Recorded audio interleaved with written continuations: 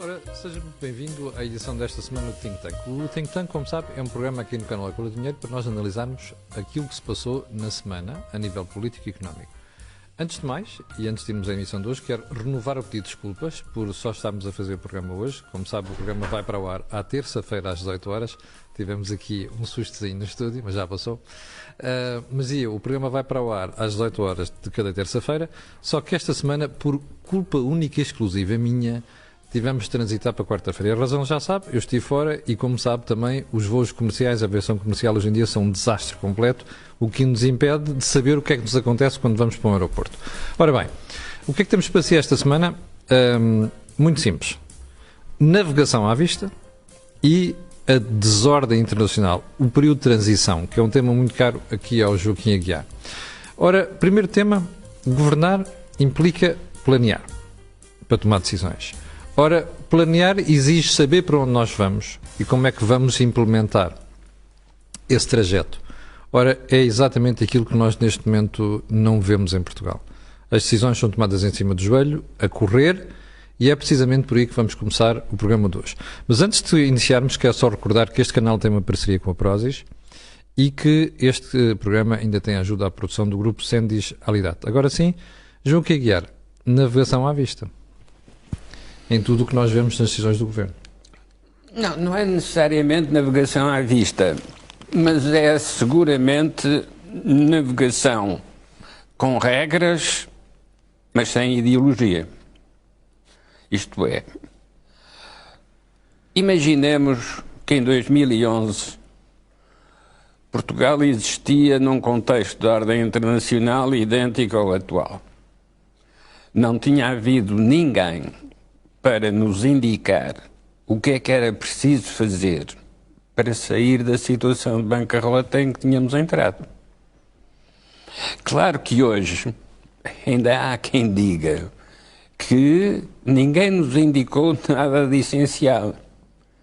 Não, é que se não houvesse essas indicações externas, internamente nós estávamos entregues àqueles que queriam deixar de pagar para tornar Portugal uma Argentina, isto é, um país que não honra os seus compromissos, ou aqueles que nos diziam o que é preciso é gastar mais para aumentar a procura interna e, com isso, aumentar a produção interna, o que apenas significaria que nós nos estávamos a atirar a um poço com uma corda ao pescoço.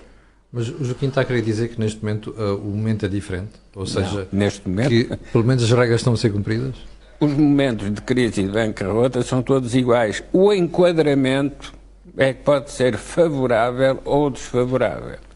Ora, o enquadramento hoje é um enquadramento de transição de uma ordem que acabou para uma outra que ainda não sabemos o que é.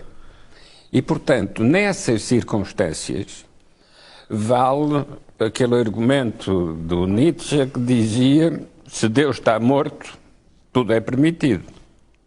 Isto é, se não há regras, cada um faz o que quer.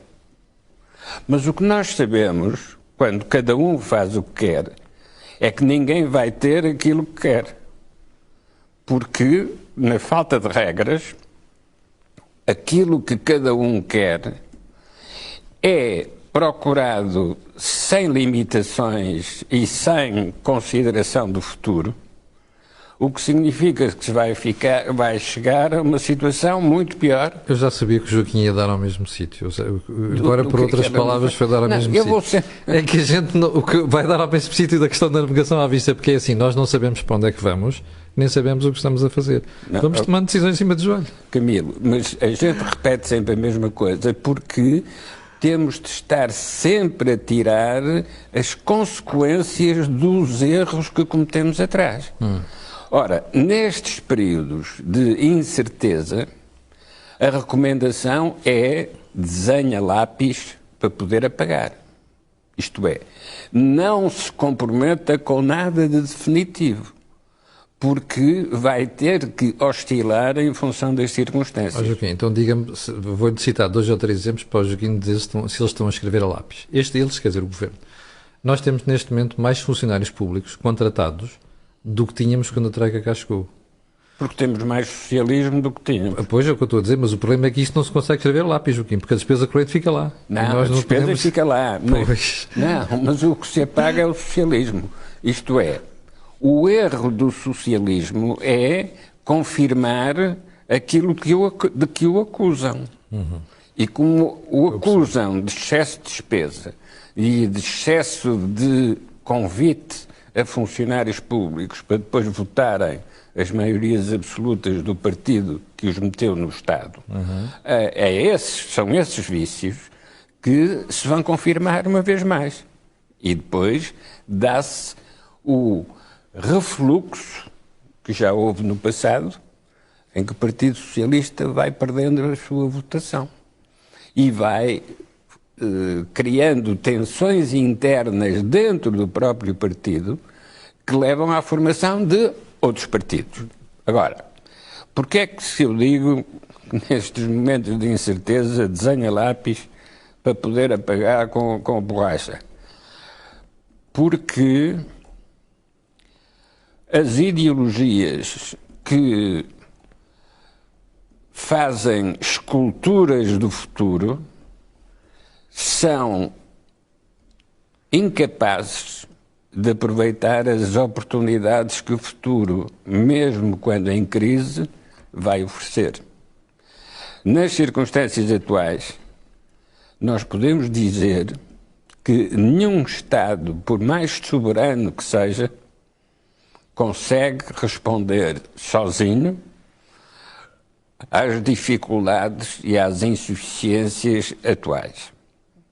O que significa que o Estado foi a forma política que conduziu até ao presente, pode ter tornado numa entidade obsoleta e que vai realizar, pelos seus erros, o sonho dos anarquistas, que é: há Estado, estou contra. Ora bom, porque agora é o próprio Estado que vai dizer isso dele mesmo.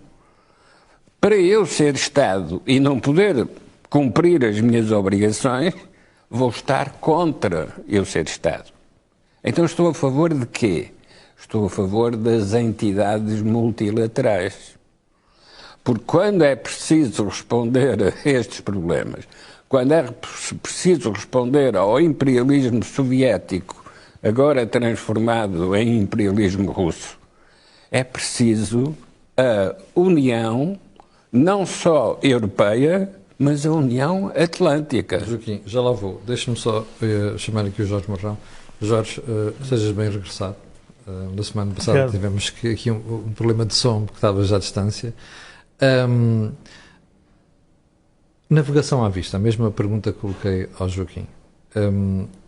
E a sensação que tenho é que, à medida que o Governo vai progredindo, mês após mês, vamos ficando com a sensação que, primeiro, não há plano nenhum. Segundo, os atores tomam decisões, às vezes isoladamente, sem parecer que há coordenação do Governo. E, em terceiro lugar, ficamos com aquela sensação de que não há plano nenhum a médio prazo para Portugal. Camilo, antes da navegação à vista que nós estamos a atravessar hoje, temos que nos lembrar se havia navegação com destino antes da crise. E não havia. Não havia.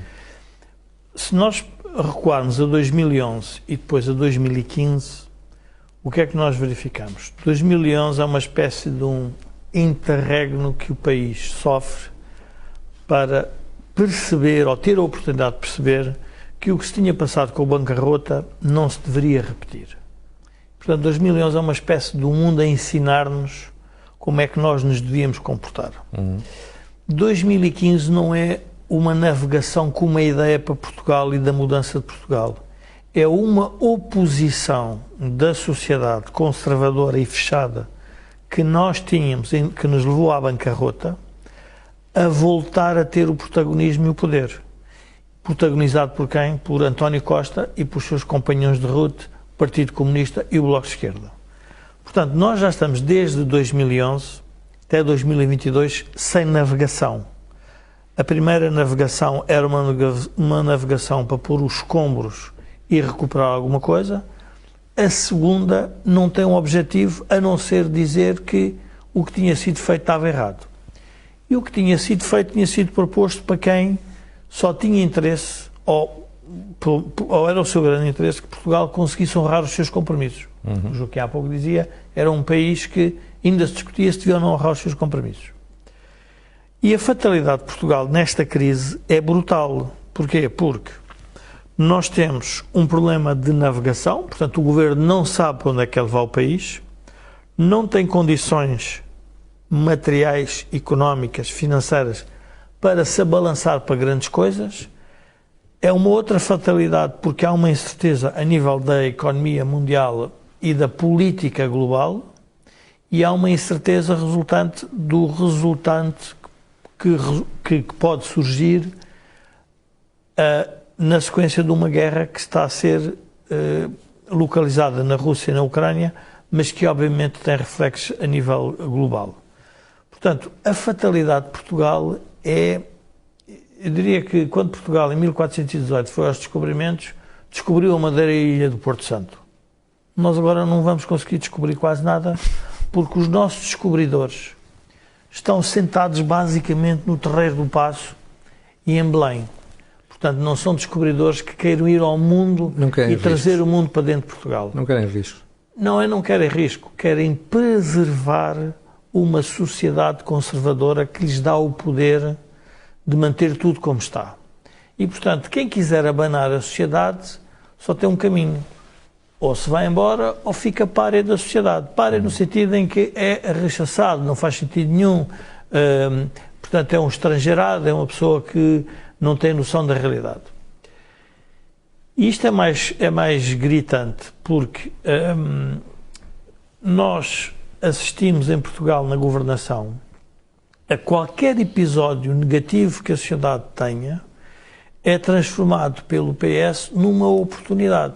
O último exemplo foi a questão da Serra da Estrela. A Serra da Estrela é um bom exemplo do paradigma. Estás a falar do incêndio. Do incêndio. Quando se diz, na sequência do incêndio, nós o que vamos fazer é transformar a Serra da Estrela.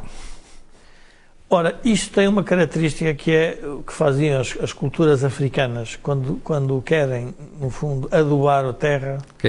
Queimam. É a política da terra queimada. E, portanto, o que nós estamos a assistir é um governo que é incapaz de estruturar um pensamento para mudar o país, que só se aproveita da política da terra queimada. E a política da terra queimada é resultante dos acontecimentos que lhes são estranhos e alheios. E, portanto, por isso é que nós temos uma grande fatalidade. Qual é a fatalidade? É que, não tendo um governo com uma ideia e uma oposição que, pelas características do momento atual, também tem dificuldade em se afirmar, não é afirmar-se comparativamente ao que está no governo, é afirmar-se de qual é a ideia que eu posso trazer para Portugal. Porque a incerteza é grande, quer para quem está a governar, para quem não está a governar. Portanto, nós estamos numa situação, eu diria, única do ponto de vista, de, se quisermos, de fatalidade. Qual é a fatalidade que pode... Não é a fatalidade. Quais são os elementos que podem levar os portugueses a descansar? É que nós estamos inseridos numa economia europeia que é muito mais forte, apesar de tudo, do que nós. Tem instituições que, ainda assim, sabem, em algumas delas, o que é que estão a fazer. E quando eu digo que sabem o que é que estão a fazer, sabem, por exemplo, que vão ter que pensar em políticas energéticas, vão ter que pensar em políticas, outra vez, industriais, vão ter que pensar, temos uma instituição que pensa também a moeda, bem ou mal, pensa a moeda, não tão dependente, se quisermos, do eleitoralismo, apesar da atual governadora do Banco Central ter uma vertente ainda muito política. É só fretes políticos. A grande só. Vantagem que tem um partido que não tem ideias para resolver os problemas estruturais do país, ainda assim é a Europa. E por isso é que nós assistimos ao PS a agarrar-se cada vez mais à Europa e a concentrar quase tudo dentro da Europa. Mas achas que é isso ou é mais a ambição do Primeiro-Ministro, que é mostrar que tem uma dimensão de estadista à escala europeia? Eu diria que pode juntar as duas coisas, porque ele também percebe, como todos nós, que na Europa, quer dizer, não há nenhuma crise. A pergunta que nós temos que fazer é: houve alguma crise global internacional que Portugal não sofresse as consequências da mesma? Não houve. Não há nenhuma. Crise petrolífera, crise petrolífera, as crises das dívidas soberanas, as crises cambiais, as crises que resultaram da crise financeira nos Estados Unidos, esta crise energética, a crise resultante da guerra. Nós não estamos imunes. E a única coisa que o Primeiro-Ministro e o próprio Presidente têm cooperado maleficamente nisto, sim, é fechar o país como se nós fôssemos uma ilha sobre o qual nada acontece. Isto faz-me lembrar, com as devidas proporções, até porque pode ser uma comparação pouco feliz, mas isto faz-me lembrar Fidel Castro, que no fundo representava uma coisa especial dentro do continente americano, e depois o que deixou foi aquela Cuba que estava isolada, mas que era muito educada, que tinha um sistema de saúde fantástico, e o povo vive miseravelmente, e ultimamente vivia sempre só das receitas do turismo e de pouco mais. Portanto, nós temos a felicidade, temos a produtividade europeia, portanto somos um país, diria, na média dos países, ainda assim, rico, mas quando comparamos com os novos países e com os países de grande crescimento económico, somos um país pobre.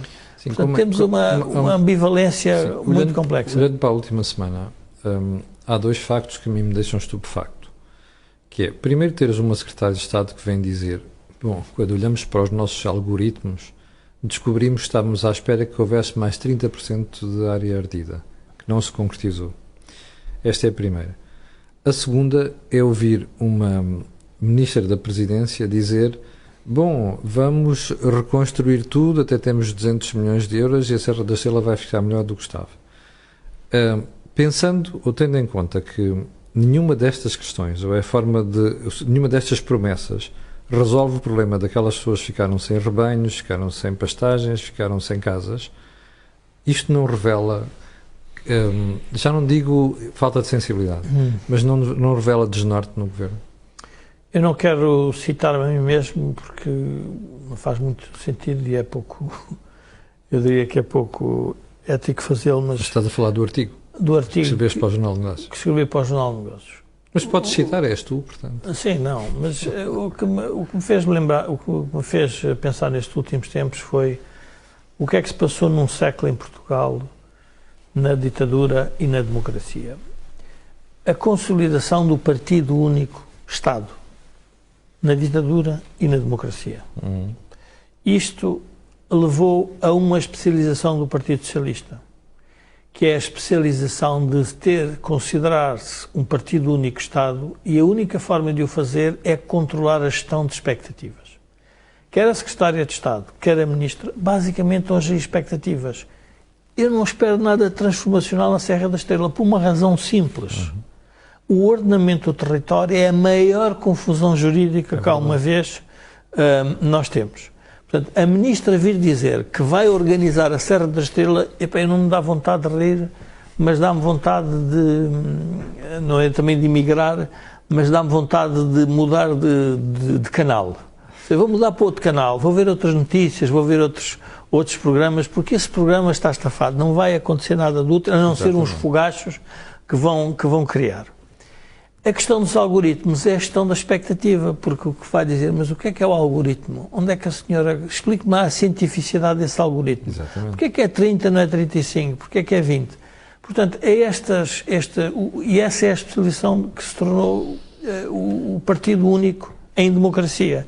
Especializado em ocultar, manipular, ofuscar, esconder a realidade e tentar antecipar o futuro, que vai ser sempre risonho nas mãos de quem está a governar. Ora, o mais relevante neste momento era alertar, se calhar, os cidadãos para a crise que nós vamos sofrer em resultante de uma crise que o Governo não é responsável. O Governo não é responsável por uma crise pela crise internacional. Mas não pode controlar? Mas não pode controlar, mas deveria avisar os cidadãos para isso. Mas não, prefere fazer aquilo que é orgulhosamente sós. O orgulhosamente sós em democracia tem outra característica, que é uma característica também muito perversa, que é, de alguma forma, a sociedade fica asfixiada por um pensamento único em que o Estado resolve tudo, não resolve nada e, ao mesmo tempo, quando tem para resolver, atribui responsabilidades ao povo. O povo português é que é mau, o povo português é que é conservador. Não, é uma política, uma ideologia prática, recordando aquela famosa frase, não há nada mais prático que uma boa teoria. E, portanto, o que é mais prático na teoria é que o povo é assim e nós vamos ter que responder de acordo com o que o povo é. Mas então a política não é a criação de novos desígnios, novos desafios às pessoas, não é alterar o status quo, é isso. Mas para isso é preciso ganhar eleições. Para ganhar eleições é preciso criar um discurso vencedor. E o discurso que nós reparamos, o discurso dos governos que saem a seguir ao governo de Passos Coelho e de Paulo Portas, não é um discurso de reformista, não é um discurso de a sociedade pode mudar, a sociedade pode evoluir. A sociedade tem que andar para trás. Ora, este andar para trás só nos está a fazer perder tempo. Porque nós podemos dizer assim, bom, mas então explica-nos lá, o que fizeram nestes últimos anos alterou significativamente as condições objetivas de qualidade de vida dos portugueses? Não alterou nada. E, portanto, é nesta... Eu penso que o Joaquim utilizava há uns tempos, não sei se agora já desistiu de utilizar essa expressão porque as rotundas perderam, não estão de moda, mas nós estamos na tal rotunda em que andamos à volta da rotunda e não encontramos saída. Não encontramos saída. E, portanto, não há tabuleta para os descobrimentos. Qualquer caminho é bom. Deixa-me voltar ao Joaquim. Joaquim, pegando neste cenário, nós estávamos aqui a falar com os dois factos da semana e o que o Jorge estava a dizer sobre o comportamento do governo, o eleitor não se apercebe disto? O eleitor apercebe-se, mas o problema é como os casamentos que falharam. Só se resolve desde que se arranja outro. Mas quando se arranja o outro, vai falhar novamente. Isto é, não se foi ao fundo da questão. Todos os regimes têm um partido de regime. O Estado Novo tinha a União Nacional. Sim. Mas a democracia também pode ter a chamada situação Afonso Costa, que dizia na Primeira República: ninguém pode governar contra o Partido Democrático. Que é o antecedente do Partido Socialista, convém recordar. Que era o Partido Socialista dessa época. Exatamente. Depois tivemos, já na nossa democracia, um partido, que era o Partido Comunista, que dizia não se pode governar contra o Partido Comunista. Bom, portanto, cada regime produz os seus próprios alicerces estruturais. E depois têm dificuldade em se ajustar às novas circunstâncias. Qual é o grande erro que agora se confirma que nós cometemos? Em 2011, quando se escolheu a reversão para resolver um furo no pneu. O furo no pneu pode ser resolvido andando com o pneu para trás até ao momento anterior ao furo, que era o que se fazia de antes para resolver um vírus no computador. Andávamos com o relógio do computador para trás até antes do dia em que tínhamos introduzido o vírus. Nem sempre era resolução satisfatória. Mas nós, ao querermos fazer a reversão, estávamos a querer fazer um esquema do mesmo tipo. Vamos levar o país para o período anterior ao Sócrates e depois recomeçamos novamente. Ora, isto não é possível em política, nem é possível na história. não se volta atrás num acontecimento. Ele tem de ser interpretado e assumido e depois corrigido com outros acontecimentos. Ora, o que nós fizemos em 2011 foi esconder a entrada do vírus e, com isso, prejudicamos tudo o que veio a seguir. Porque de cada vez que se tenta fazer uma política que pareça a política anterior, a política de 2011, o chamado Passos Coelho, Paulo Portas, Troika, tudo o que se parecer com isto é imediatamente rejeitado.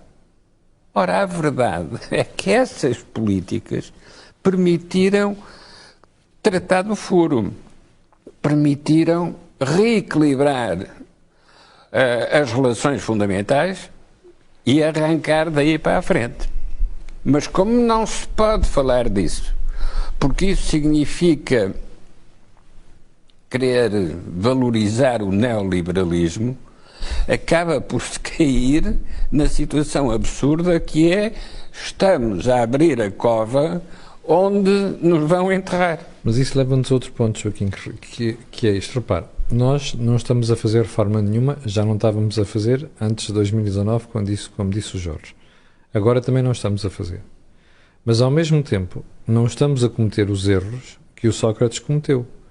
Deixar de descambar a dívida pública e pôr-nos na zona de risco com juros incomportáveis. Ora, se o país se mantiver neste ramo-ramo, pelos vistos o eleitor não vai querer mudar. E, portanto, porque o eleitor só muda quando nós vamos ao charco. Ou seja, não vamos ficar ricos. Vamos ficar os remediados, estamos condenados a ser os remediados da Europa, que é o que isto significa. Vamos ficar iguais ao sul da Itália, e, no entanto, o eleitorado não quer mudar. Aliás, não quer mudar aqui e também não quer mudar em Itália. E, portanto, precisamos de deixar as eleições para as cerimónias de 4 em 4 anos e não fazer disso o pretexto da mudança política. Portanto, a mudança política tem de ser introduzida por outra via. E qual é essa via? Que é a via da ação política dos partidos que, sem quererem chegar ao poder, querem falar dos temas da modernização, do desenvolvimento e do crescimento. De tanto se falar nisso, alguma coisa há de ficar. Ora, neste momento... Não tenho certeza disso, Joaquim. Camilo, nada vai entrar pelas campanhas eleitorais, mas tudo vai entrar pelas crises internacionais. Eu concordo com a primeira, não sei se a segunda é assimilável pela maioria dos portugueses. Não interessa, só interessa que seja assimilada por alguns dirigentes políticos que façam disso o cartão de visita para entrarem... Isso era se o Joaquim tivesse elites em Portugal e não está. Deixe-me ajudar um raciocínio aqui também para contrariar, não é contrariar, mas aqui repostar aqui ao Camilo. O pessimismo do Camilo. O pessimismo do Camilo.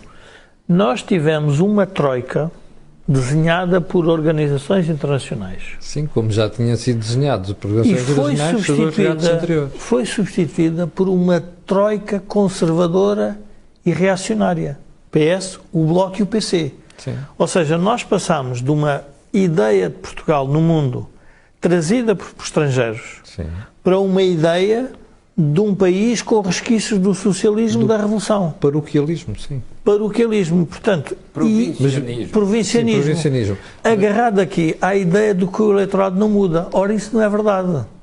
Porque o eleitorado muda de acordo com as propostas. E as propostas é que não são suficientemente convincentes. Mas, Jorge, em 7 anos tivemos 2 eleições e o eleitorado não mudou. Não, mas esse, agora, uma boa lição para o PSD.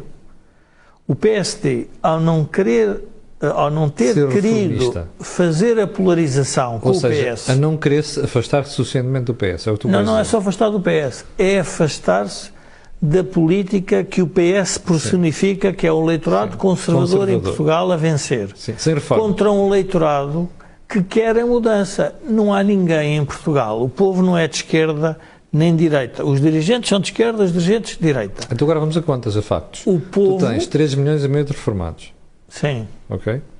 tens 750 mil funcionários públicos, para lá caminhas. Sim. Portanto, tu tens aqui neste total 4.250.000 portugueses. Sim. Mas Diz-me lá como é que tu vais introduzir reformas muito para este simples, eleitorado muito que vive simples. dos handouts. O PS, como tu dizes bem, não tem disparado a dívida. Então os portugueses, incluindo os reformados, que são os portugueses especiais, porque não têm capacidade de arranjar de novo emprego, vão perceber que a sua vida vai ser muito mais complicada, independentemente das acréscimos, diria, exíguos que o governo diz que dá, 10 euros, 20 euros, 30 euros. Lembra-te disto. Estão a pagar mais caro ou não a saúde? Sim. Estão a ter mais ou não problemas de acesso ao serviço de saúde? Mas não mudaram até agora, não, mas espera. Mas os filhos e os netos estão a viver melhor. Portanto, os cidadãos vão, com o tempo, perceber se que algo está a correr mal. E, portanto, a partir do momento em que um eleitorado é alienado porque não pode mudar, e esse é o problema dos partidos, que abandonam eleitorados, dizem, não, este eleitorado não me interessa porque ele não vai mudar. Então há uma coisa que podem ter certeza, é que não vão ter acesso ao poder.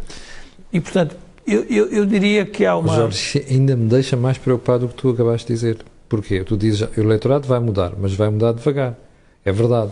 É que, entretanto, como não mudou em 7 anos, os outros lá fora, que estavam atrás de nós, já mudaram tão mais rápido que já estão à nossa frente. Mas, ó Camilo, mas a especialização do PS tem sido ocultar o que é que lá fora muda. Pois, eu sei, Jorge, mas olha, mas vamos ficando mais pobres, é isso que eu quero passar Camilo, para a gente estar aqui ao lado a ver o programa. Mas essa é a pedagogia que a oposição e quem não está de acordo tem que fazer e que nós fazemos aqui. Pois é. Eu não acredito que as pessoas com a mesma informação não percebam que há qualquer coisa que tem que mudar.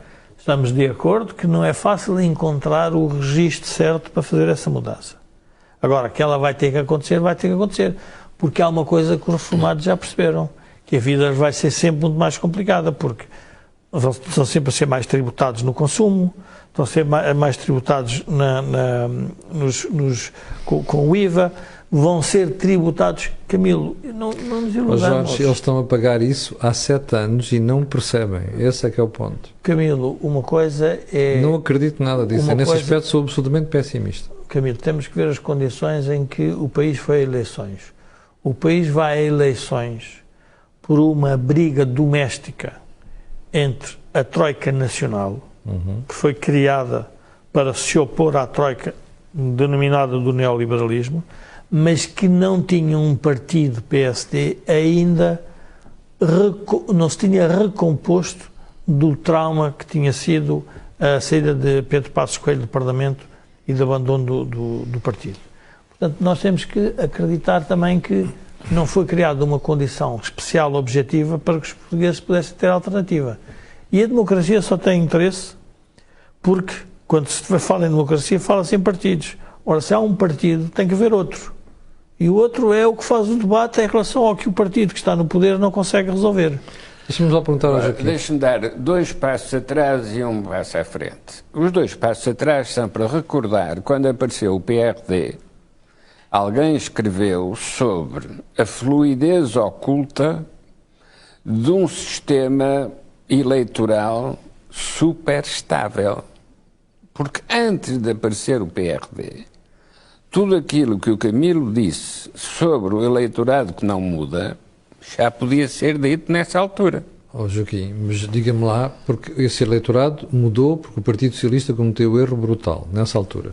E alguém aproveitou... Então, mas o Partido Socialista cometeu um erro brutal em 2010, o país foi à bancarrota pela 3ª vez, Joaquim, e depois em 2016 nós estamos a viver outra vez no mesmo registro anterior. Diga-me onde é que houve mudança. Exatamente, porque, tal como no sucesso do PRD, não houve a seguir a exploração do sucesso. Isto é, os que vieram a seguir não souberam utilizar os ensinamentos do passado para fazer uma coisa diferente. Então vamos lá pegar nesta última parte que o Jorge deixou ficar, que foi, então mas espera aí, os reformados estão a perceber que são cada vez mais tributados, que agora a inflação está em 10% e eles tiveram aumentos de pensões de 4%. Joaquim, eles já são tributados há 7 anos. Continuam a querer viver tranquilamente sem que ninguém lhes chateie o juízo. Ora bem, como neste momento nós temos cerca de 4 milhões e qualquer coisa de portugueses que recebem prestações sociais, fora os funcionários públicos, Este é o setor... Metade do país não quer mudanças, Joaquim. Mas, Camilo, metade do país não quer mudança. Camilo, esqueci-me de dizer uma coisa importante. Quem quer centrar o debate no Estado e nos reformados é quem quer manter este poder.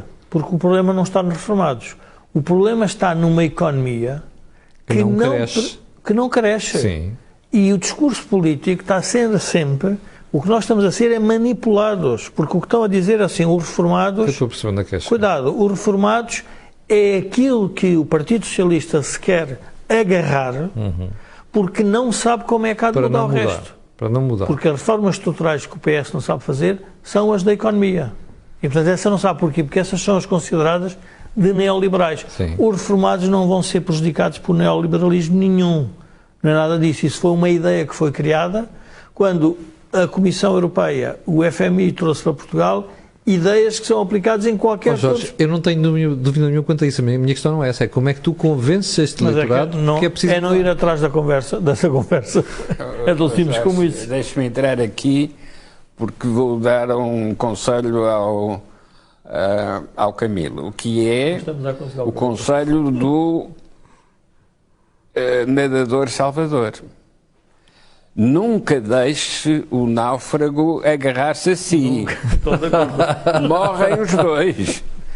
Quando o eleitorado dos reformados e dos funcionários públicos perceberem o que é o seu futuro, isto é, perceberem que cada vez vão receber menos, porque o partido que está no poder, justamente porque vive dos seus votos de reformado e funcionário público, não vai promover o crescimento económico. E, portanto, o reformado que já não tem emprego e, portanto, depende exclusivamente do que for valorizado no passado.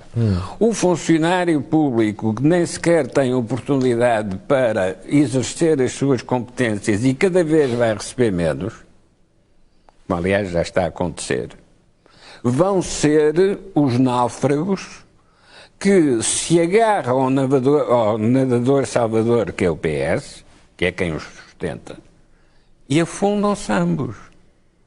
Ora, é para essa situação que aparecem os PRDs, isto é, que aparecem os novos partidos que avisam do que vai acontecer e colocam-se na posição de responderem a isso. Espera aí, Camilo, espera aí. Porquê é que falhou o PRD ou porquê é que falha o Chega? Porque não sabem o que fazer com o tal náufrago que já se afundou com o primeiro nadador Salvador. E eles não sabem, nem PRD soube, nem o Chega saberá, eles não sabem como recuperar o náufrago. E já não digo recuperar o nadador Salvador, porque esse pode ir com a lama da história. A água do banho. Mas o problema é, e o cidadão? Continua a haver portugueses. O que é que vamos fazer com os portugueses? Só podemos fazer uma coisa, ensiná-los a nadar, para não ficarem dependentes do nadador Salvador. Joaquim, em relação a isto estamos todos de acordo. O que é ensinar os portugueses a nadar? São europeus, utilizem a União Europeia para valorizar os vossos recursos. E o poder em Lisboa é apenas o poder da central telefónica que faz as ligações entre os racionalizadores e os executantes. Nós sabemos executar. Para racionalizar não temos escala suficiente aqui em Portugal. Precisamos da escala europeia. E dentro da escala europeia, nós somos mais rápidos a fazer do que qualquer outro. Joaquim, então, de onde se confirma, o que vocês estão a dizer, vocês dois, o Joaquim e o Jorge, de onde se confirma que os portugueses só sentem verdadeira vontade de mudar quando lhes apertam os calos? Agora vamos lá à história recente. 1995 foi a última eleição onde não houve mudança de governo porque o país foi ao charco. Em 2001, com Durão Barroso, estávamos em austeridade. Ok? Por isso é que mudou de governo. Em 2010, quando José Sócrates veio ao charco também, o governo muda porque o país teve um problema de bancarrota.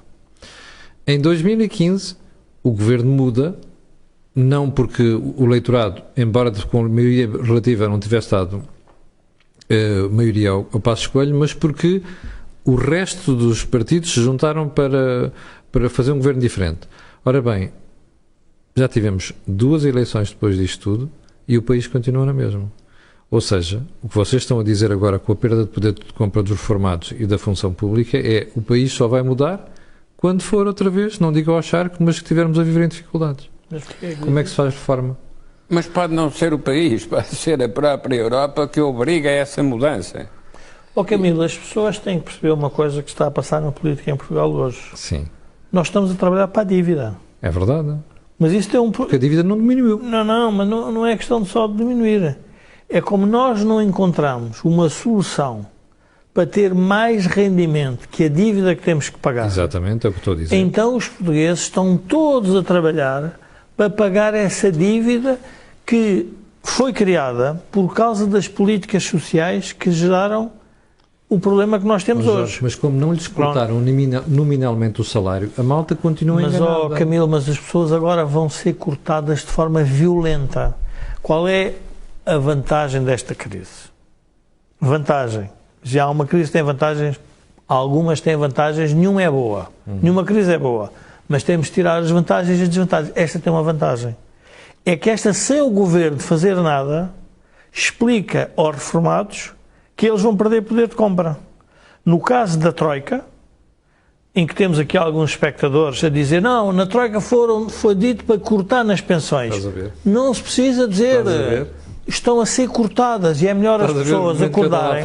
É por causa desta malta. Pronto, mas é que essa malta agora vai ter um problema. Porque a outra era uma campanha orquestrada. Exatamente. Para empobrecer. Não, agora são todos. Pois. Porque cada vez que vão ao supermercado pagam tudo mais caro. E, portanto, não vale a pena. Os reformados vão perceber tudo isto. Mas agora, deixa-me só dirigir-me às pessoas que andam a escrever estes disparates. Olha, vá lá ver todos os inquéritos neste momento que mostram que os portugueses já mudaram os seus hábitos de consumo. Já cortaram na despesa do supermercado. Acha que é porquê? É porque alguém quer empobrecer os portugueses? Não, porque está aí a crise. Está a perceber ou não? Não, mas a vantagem desta crise é que demonstra a inviabilidade do atual sistema. Claro. Do tal regime. E então, a melhor é dizer-se, então, nesse caso, os partidos que se opõem a isto, as pessoas que se opõem a esta política, têm que dizer, bom, então aproveitem para perceber o problema. Claro. Porque uma é dizer, bom, aquele problema foi-nos criado porque havia uma intenção neoliberal, assintosa, ideológica, contra os reformados e contra os funcionários públicos. Quem era dessa área política achava que não era isso que estava em cima da mesa. Bom, não foi possível convencer os portugueses disso. Foi possível convencer disso. Foi possível convencer os portugueses que a verdade é que Portugal recuperou por causa dos portugueses, não é só o governo. Os portugueses adotaram um conjunto de políticas a nível individual que aceitaram isso. Neste caso, é a inviabilidade que vai surgir. Mas desculpa, Joaquim, interrompi. Deixa-me só dizer também às pessoas que estão daquele lado, Jorge, nomeadamente estas que não escrevem estas coisas, olha, você neste momento já perdeu 6,2% de poder de compra. Se for funcionário do Estado, 6,2%. É como a sua vida está pior. Sabe quanto é que foi durante a Troika? Sabe qual é que foi o corte salarial durante a Troika? Todo o período da Troika? De 5% a 15%. Portanto, você este ano vai levar uma ratada de 6,2% no seu poder de compra. Portanto, faça as contas e raciocine como o Jorge estava a sugerir há bocadinho. Joaquim. Mas, individualmente, ninguém faz as contas. E por isso é que surgem as rotundas de fim de regime. O regime anterior tinha uma rotunda que era a questão colonial. Entrou nessa rotunda, não conseguiu sair. E depois diz, bom, mas o que havia a perder era até lá, perdeu-se tudo. E nem se fez a conta ao saldo líquido. Mas, Joaquim, qual é a rotunda agora? Ora bom, a rotunda agora é essa circularidade do eleitorado que não sai do sítio. Pois. Ora, o eleitorado não sai do sítio porque ninguém lhe oferece um carro para sair da rotunda. O primeiro que oferecer o carro para sair da rotunda vai de repente descobrir que há imensos compradores para esse tipo de carro. Ora, é essa perspectiva, que é sempre uma perspectiva de alargamento do mercado, que está hoje à disposição de qualquer partido. Nem todos podem usar, mas qualquer um pode pegar nisso. Ontem um sindicalista da TAP dizia: os resultados positivos que a TAP teve nestes últimos tempos resultam exclusivamente dos cortes salariais. E quem ouve isto diz: ora, cá está uma boa frase. Este tipo também a indicar a teoria de como resolver a TAP. Cortes salariais. Não está a dizer que o mercado, o aeroporto... Não, está a dizer que estes resultados são a consequência dos cortes salariais.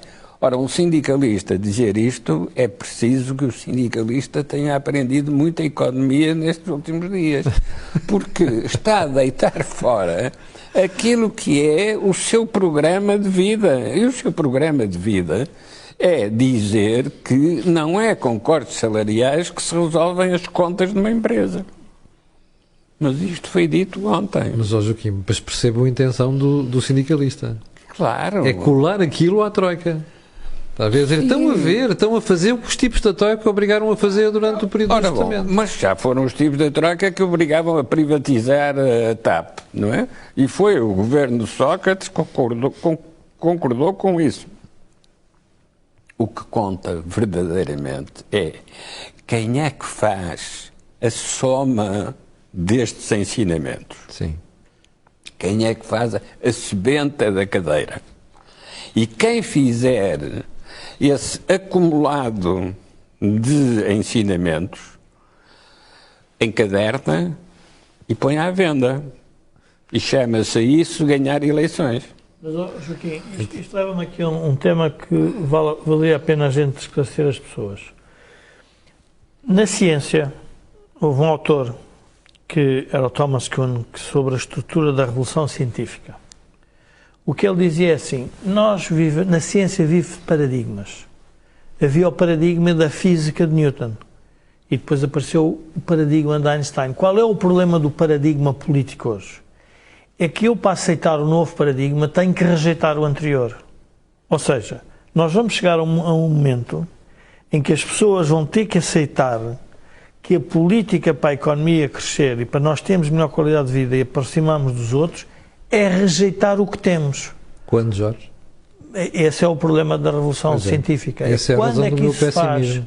Pronto, mas Camilo, mas isso foi a famosa frase de quando a queda do muro de Berlim. Não sei se sabem a história, mas na queda do muro de Berlim há um tipo que faz a pergunta crucial. É verdade. Que é: quando é que derrubamos o muro?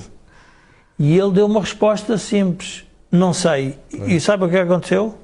As pessoas foram diretos ao muro e derrubaram o muro. É um bocadinho mais do que isso. Não, mas o quando é importante. Ele disse que a partir deste momento já não é preciso isto, não sei quantos, e as pessoas foram correr para lá. Pronto. Quando é que nós derrubamos este muro de que aquilo que se passou em Portugal significa que nós temos que rejeitar o que está a acontecer? Sim, eu percebo. Mas agora Esse é o grande problema. Mas eu posso pegar nos números agora e confrontar Vossas Excelências.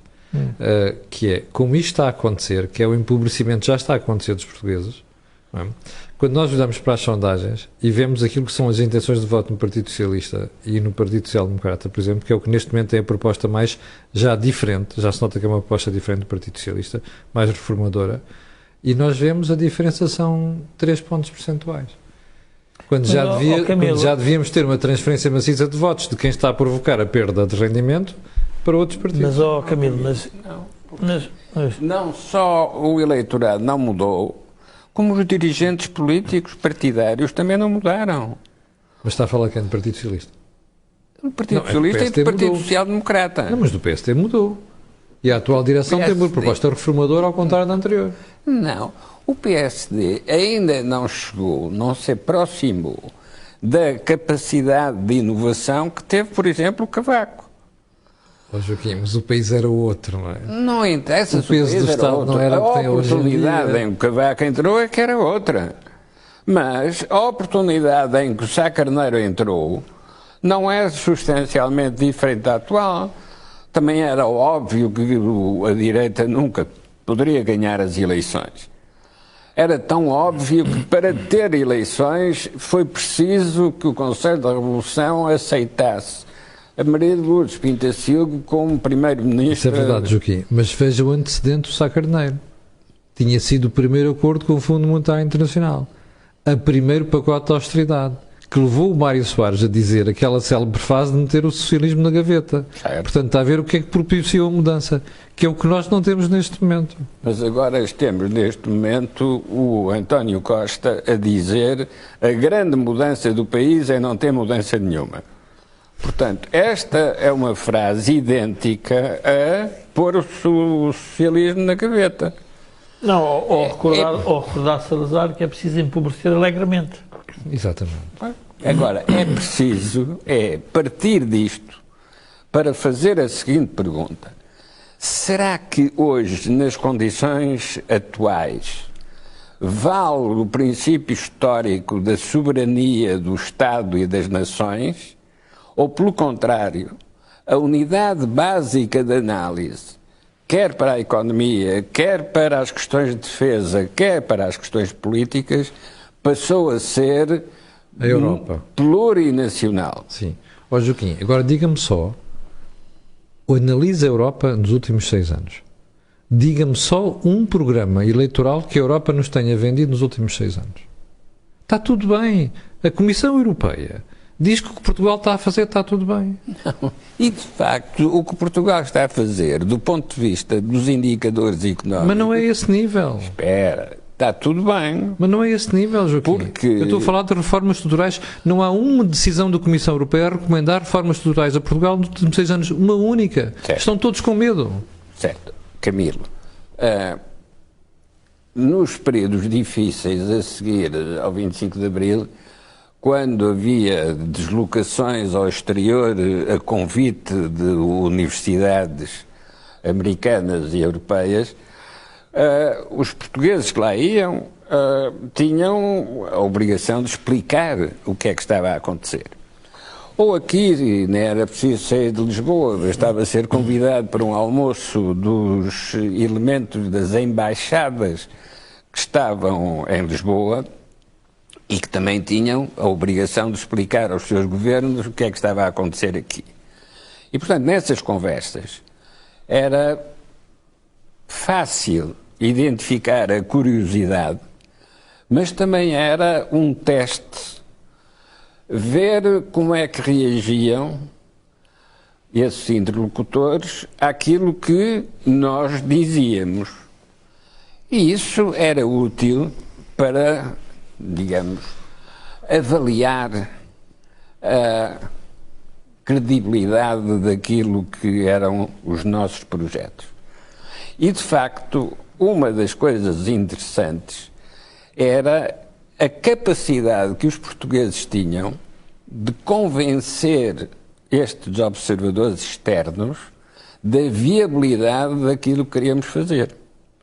Isso explica porque é que um Vítor Constâncio vai para o Banco Central Europeu, ou porque é que o Durão Barroso é Presidente da Comissão Europeia, ou hoje porque é que o Guterres é Secretário-Geral das Nações Unidas. E, de facto, a esse nível, nenhum deles envergonha Portugal.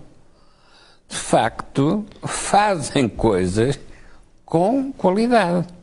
Então, porquê é que não conseguem fazer com qualidade aqui dentro?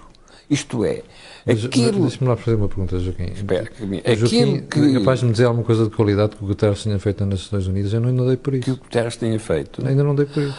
Não, e o Constâncio no BCE também não dei por isso. O Guterres conseguiu fazer uma coisa que provavelmente ninguém mais conseguiria, a não ser um fenício dos tempos antigos.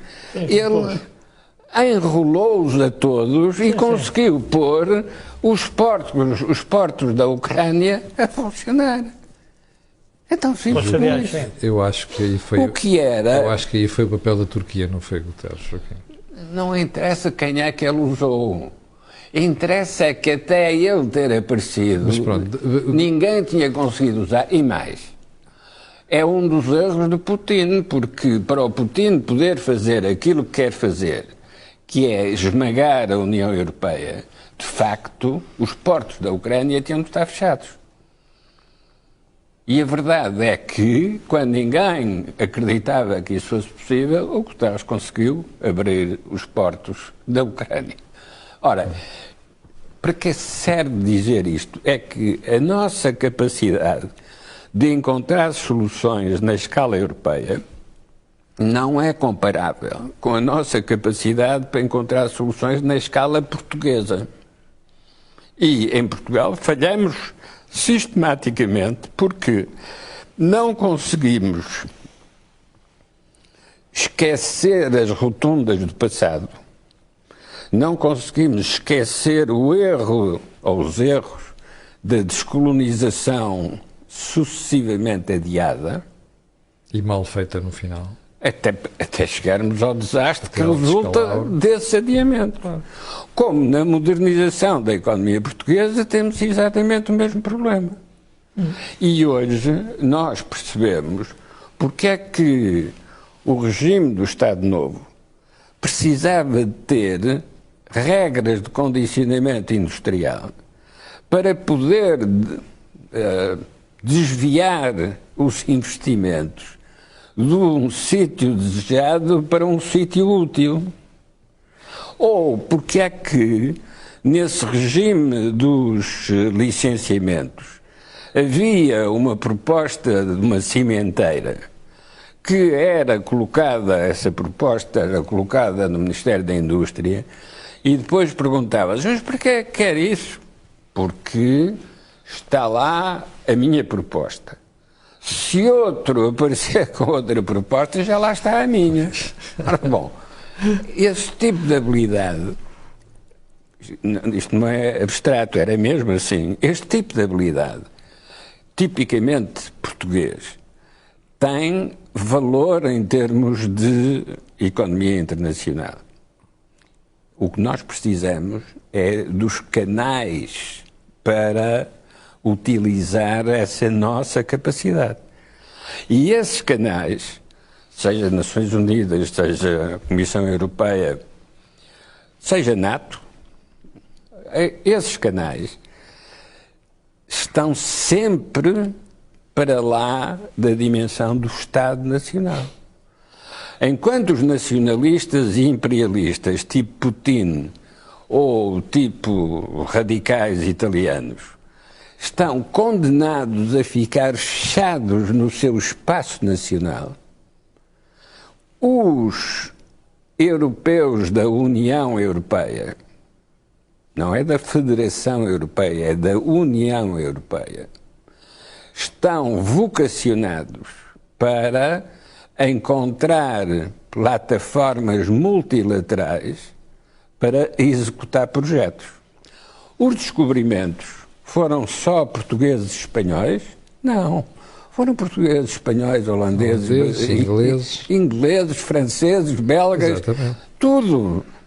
E é, de facto, por esse caminho de multilateralidade que se conseguiram obter resultados favoráveis. Vamos a caminho do mesmo tipo de situação. Vamos ultrapassar o Estado Nacional e vamos trabalhar em seleções e conglomerados de multinacionalidades. Cá estarei para ver, Jorge. Camilo, eu a única coisa que queria voltar um bocadinho atrás e discordar de ti sobre como é que os portugueses estão a olhar para esta crise e que tu achas que não mudaram. Talvez com coisas concretas, porque nós às vezes falamos julgando que as pessoas não têm o mesmo nível de formação que nós temos. E têm. Não, mas a questão não é formação. Exemplos concretos. As casas estão mais baratas em Portugal, a energia está mais barata, os bens alimentares estão mais baratos, pagamos menos impostos, há mobilidade no emprego. Ou seja, as pessoas percebem, as suas férias estão mais baratas. Mas isto dás por razão, porque é só quando vão ao bolso que as pessoas percebem. Não, mas é evidente. Mas isso, onde é que eu quero chegar? A legitimidade política à direita e à esquerda é exatamente a mesma, admitindo que ambos querem o bem nacional. Sim. Querem chegar lá de forma diferente. Eu acho que à direita é muito melhor, há quem acha que à esquerda é melhor. Só que o problema que se põe no concreto é que é preciso resolver estes problemas. As pessoas têm que ter mais acesso à habitação, têm que ter mais acesso a bens alimentares, têm acesso a bens de saúde, e nós percebemos que o que está a ser proposto por esta esquerda anquilosada e que não muda, não resolve o problema.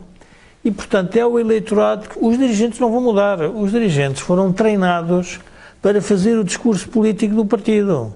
E, portanto, não é por acaso que aparecem dissidências, aparecem oposições, aparecem novos partidos, porque o próprio poder daqueles partidos está ele capturado por um conjunto de eleitorado que não quer mudança nenhuma. Quem não quer a mudança? Quem vive do sistema e do regime. Mas a maioria das pessoas não vive disso. Tu dizes, bom, mas os reformados, eu disse, não, os reformados viveram do trabalho que fizeram e agora estão a ser atacados por um conjunto de circunstâncias e estão-lhes a dizer que não foi nada disso, que o grande problema foi em 2011 que lhes cortaram as pensões. Ora, as pessoas, quando começarem a analisar os assuntos de forma fria, vão verificar, mas espera aí, 2011 já passaram 11 anos. O que é que tem a ver uma coisa com a outra? Não tem a ver nada. Portanto, nós temos de ter consciência que a política, em Portugal, é verdade que somos um povo mais lento. Os ventos da história chegam-nos um bocadinho mais tarde. Muito mais tarde. Descolonizamos mais tarde, industrializamos mais tarde, fomos democracia mais tarde, fomos república mais tarde. Tudo isso faz parte da idiosincrasia portuguesa. Mas então os políticos não sabem isso? Então têm que acelerar a história. Por isso é que nos think tanks anteriores eu tenho vindo a condenar o Presidente da República, porque ele poderia, num regime constitucional semipresidencialista, ser efetivamente um motivador e acelerador da história. Não tem mentalidade para isso. Não o quer fazer. Não quer fazer com prejuízo da história de todos nós. E, portanto, aí nós não podemos fazer nada. E eu julgo que há pouco estava a referir uma coisa muito importante, que é sempre pelo exterior que nós somos confrontados com a nossa própria realidade. Ou seja, o povo português é de tal forma fechado sobre si mesmo, neste jardim à beira-mar plantado, que só se assusta quando de repente percebe que há qualquer coisa que ele não está a conseguir compreender e há um conjunto de concidadãos que vai lá fora e diz, pá, isto está errado. Quando nós olhamos para, por exemplo, o que fez Mário Soares no exílio, ou o que fizeram os dissidentes políticos no exílio, relativamente a trazer a nova realidade, que era a Europa democrática, social-democrata, conservadora, liberal, da União Europeia, da Comunidade Económica Europeia, quando essa pessoa teve voz em Portugal, de repente os portugueses perceberam, nós vai-nos acontecer exatamente o mesmo. Temos de ter um período em que isso vai... É que eu não acredito que isto mude por essas elites que estás a falar, e o Joaquim está a falar. Eu só acredito nas mudanças dos países pelo povo. Aprendi isto com os alemães. Ou seja, tu podes ter um Mário Soares, podes ter um estrangeirado, um iluminado qualquer que chega a Portugal e diz assim, atenção, olha o Eça de Queiroz fazer isso no século XIX. A Europa é isto. Nós somos um país atávico, atrasado, mas é um a dizer isto. O problema é que nós temos que ter o povo todo a perceber isto. A mudança da Irlanda aconteceu assim. Mas nunca como é que os governos fazem todos em Portugal para que o povo não se aperceba da realidade? Capturam as elites. Pois, mas não pode ser pelas elites, por isso é que eu digo, ou se conquistas o povo, ou não mudas um país. Camilo, mas então estamos a chegar lá. Mas há uma elite que não é capturável. Essa elite, além de... Olha, aqui do think tank, por exemplo, não é capturável. Não é capturável. Não é capturável no sentido em que nós estamos aqui para dizer aquilo que pensamos. Gosto ou não gosto, quais as consequências que possamos ter disso. Exatamente. Bom, agora deixa-me só fazer aqui já vamos para além da hora, mas diga, fazer uma comparação. Viemos de férias, quem é que capturou os imigrantes que foram a salto para a Europa sem autorização? Não voltaram, Joaquim. Sem programa. Não voltaram. Certo, mas o problema é esse. Se tivessem voltado, mudavam isto, está a ver? E os que foram para o Brasil no século XIX e na primeira também não voltaram. Se tivessem voltado, tinham mudado isto, mas está a ver? Portugal é isso. Portugal é isso. Pois é, Portugal é isso. O problema é este, precisamente. Bom, é por isso que nós fazemos o Think Tank todas as semanas. Como já percebeu, chegámos ao final do programa.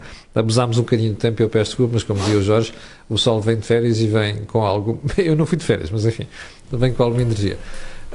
Olha, para o final quero pedir desculpa novamente por só termos feito o programa hoje, dizer que voltaremos na próxima terça-feira Lembrar que este canal tem uma parceria com a Prozis e que este programa ainda tem ajuda à produção do grupo Sendis e Data, e dizer-lhe e pedir-lhe aquilo que peço sempre. Colocar um gosto e fazer partilha nas redes sociais, também já sabe porquê. Aquilo que houve aqui, não houve em mais lado nenhum. Este programa volta na próxima terça-feira. Eu voltarei amanhã às 8 da manhã. Fique bem, tenha um grande dia e até amanhã às 8.